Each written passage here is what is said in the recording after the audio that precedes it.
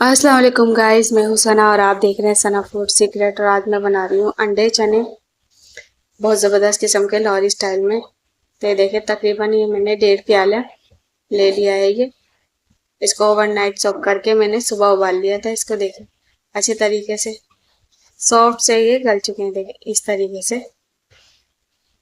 तरीके से करने से आप देख लें कि इतने गले हुए होने चाहिए। और इसका मैंने पानी भी नहीं फेंका था। अच्छा, ये देखिए तकरीबन मैंने 3 दरमियाने साइज की प्याज ले लिए हैं और 2 टमाटर लेके इसको ग्राइंडर कर लिया है। और साथ ही 2 मिर्चें भी डाली हैं हरी।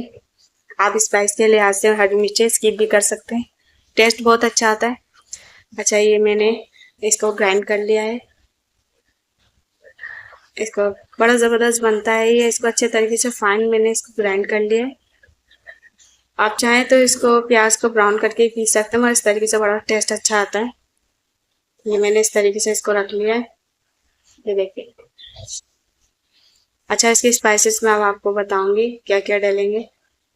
तो ये मैंने तकरीबन 2 खाने के चमचे इसमें नमक डाला, क्योंकि चने ज़्यादा नमक मांगते हैं। अच्छा जी, ये मैंने डाल दिया तकरीबन 1 खाने का चमचा पिसी मिर्चें।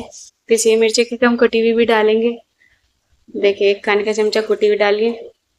और ये 1 ही खाने का चमचा हमने पिसा हुआ धनिया डाला है। ये आधा चाय का चमचा हल्दी है। इसको अच्छे से मिक्स कर लीजिए।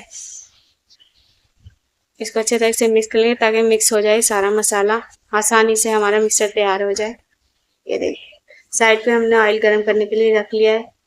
तो आप ऑयल का वैसा भी इस्तेमाल कर लीजिए, मगर मैं यहाँ सरसों का इस्तेमाल कर रही हूँ, बड़ा अच्छा टेस्ट आता है इसका। ये अच्छे तरीके से मैंने इसको मिक्स कर लिया है। ये देख लीजिए। अब इसमें डालूंगी तकरीबन 1 चाय का चमचा जीरा, और साथ ही मैं अपना मसाला भी डाल दूंगी। साथ ही साथ मैंने इसमें 2 खाने के चमचे अदरक लहसुन भी डाल दिया था, इसी में ऐड कर दिया था मैंने। इसकी अच्छे से बुनाई करेंगे जब तक ये दानेदार ना हो जाए। बहुत ज़बरदस्त बनते हैं ये, बिल्कुल। आप नान के साथ खाएं, पराठे के साथ खाएं, पूरी के साथ खाएं, बड़े ज़बरदस्त लगते हैं। इसकी अच्छे से मैं बुनाई करूंगी।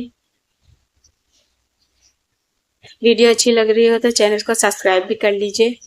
अच्छा, ये मेरा मसाला अच्छे से भून गया है। देख, इस तरीके से इसने ऑयल छोड़ दिया है। अब ये रेडी हो गया मसाला।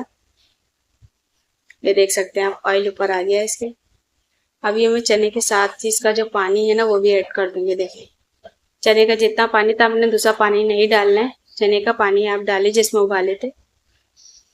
ये अच्छे से मैंने मिक्स कर दिया। टेस्ट बहुत ज़बरदस्त आता है इसका।